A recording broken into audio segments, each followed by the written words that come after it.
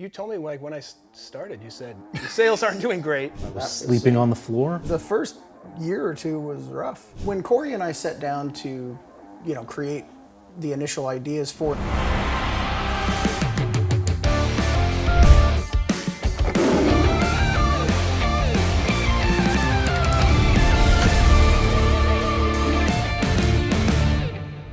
Does anyone remember what life was like in 2003?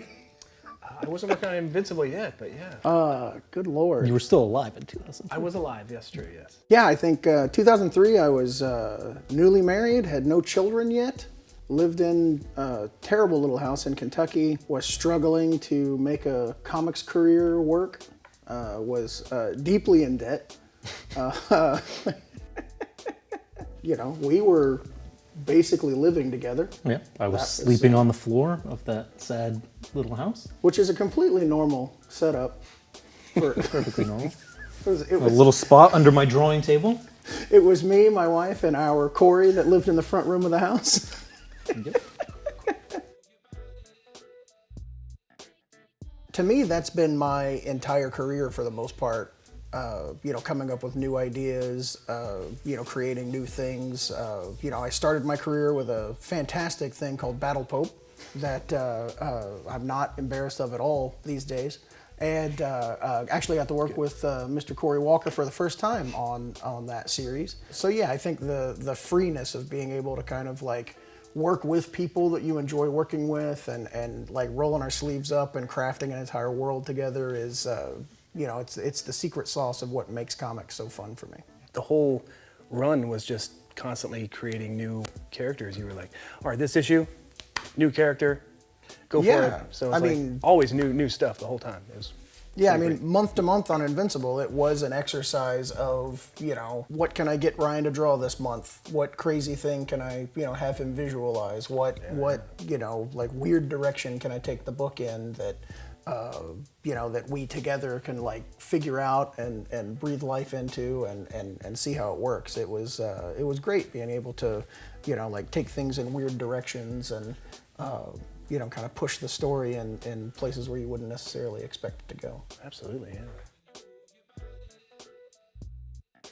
When Cory and I sat down to, create the initial ideas for Invincible, there were a lot of, various like pie in the sky ideas that would come to us. And, I think it started as like, let's just do this teen superhero story. And there wasn't a lot of teen superheroes running around, and it was something that as a kid I had always enjoyed. My dad was a welder and owned his own business, and so I always grew up kind of like knowing that it was almost expected of me to like maybe follow in his footsteps and maybe help him in that business when I grew up. And so I thought, what's it like if your father's a superhero? You're expected to follow in his footsteps and you kind of have to live in his shadow. And what if he's the greatest superhero that's ever lived? When we initially started talking about the characters and designing the world and everything, that was all that was there. We would just talk about like teen superhero stuff and created the teen team together and figured out, more about the world. And that's when it was like, this might be kind of dull. And so one thing that, kind of came to us out of the blue was, maybe the dad's a bad guy. So that was definitely something that, kind of came to us at the last minute. A couple last minute changes.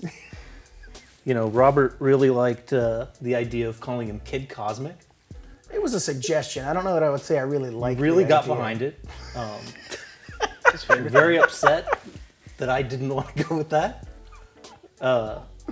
Bulletproof, though, I don't remember why or how we landed on that, but in retrospect, pretty generic. Well, it's funny, the jump from Bulletproof to Invincible is kind of logical because it's like, well, if you're bulletproof, you're kind of invincible, but invincible sounds better than bulletproof. Yeah. So it was just kind of like a plussing up of the name we already had. Yeah. Probably as soon as I was off and Ryan came on, things started looking up.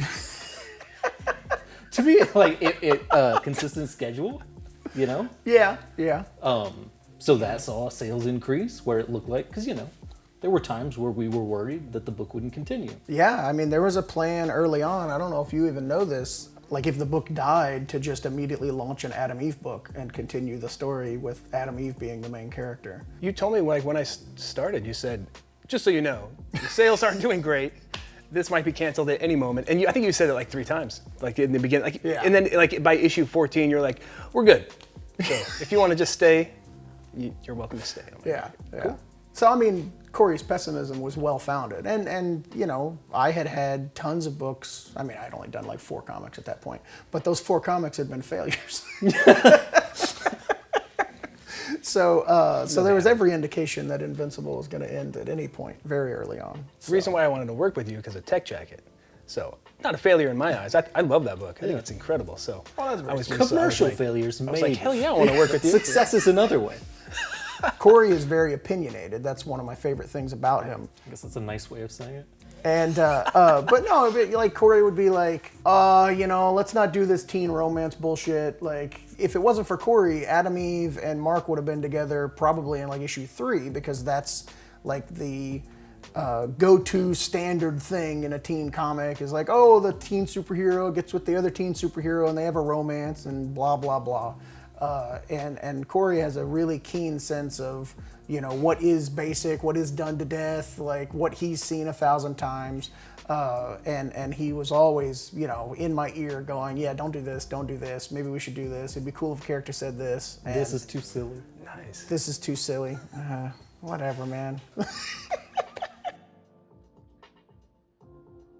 I think the most fun and most exciting like bit was probably the Bulletproof origin. Oh, yeah. I can't wait till we get to it in the show. It's going to be a lot of fun. You know, his twin brother was a mad scientist that gave him power, and the incident that gave him his superpowers killed his twin brother, but because his twin brother was a scientist, he had to live both lives because, you know, the guy was dead. And so just the pathos of like posing as the brother your parents love more and pretending to be him for years, and then Bulletproof's girlfriend accidentally murders his parents. That's a good girlfriend, you know? She's And just sticking up for him. and they hide their bodies together and get away with the murder. Yep. And then for the rest of the series, it's like, there's Bulletproof, murderer. Yep. I don't think I like any of the tropes unless they're done, because you know they've been done to death, and I think that's what that's what Robert is good at. I think is he gets the tropes, he makes them fresh, he flips them, he makes them. You know, you have no idea what's going to happen. I like it when you get the tropes and you make them creative and fresh. So, but yeah, all tropes suck unless you're. That's basically what I'm saying. Violence is something that when I would read. For real, I always loved drawing very dynamic violence when I was a kid. I mean, the red crayon would be the first to go, you know? So it's like, and reading comics, it was very frustrating because it's like, come on, Wolverine with these claws and, you know, just, they're super powered beings and they're just not doing anything, you know? Working on Invincible, I can do whatever I want, you know? There's no corporation saying, you know, censoring me in any way, so I could just go to town, and that was one of my favorite things, you know? I mean, look, the first year or 2 was rough. Would I have liked for a older, fatter version of myself to step through a portal and say, hey, don't worry, this thing's gonna last for a good long time and you're gonna be fine? Yeah, because it was a real stressful and shitty time. But at the same time, if I wasn't going through all those stressful, shitty times, I don't know if I would have done the things that made Invincible last for as long as it did. So I feel like the pain and the sorrow was essential. Get really freaking good. Don't compare yourself to anyone else, just yourself from the last project that you did, and then that's it. And just always try to get better, and the end.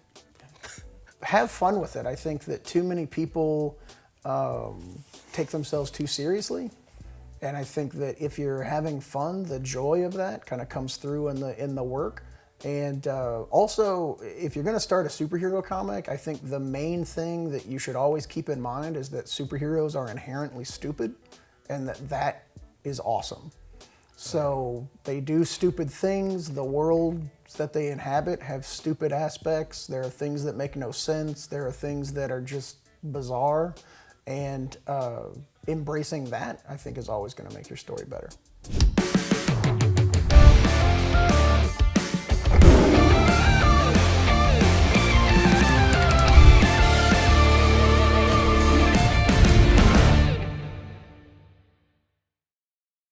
And for me, Invincible, you know, I just want it to be this sprawling superhero epic that lasts for issues and issues. And, you know, I would like to do it until I die and then possibly, you know, just hand it off to someone else to do issues after I die that I don't have to look at that are just going to ruin it.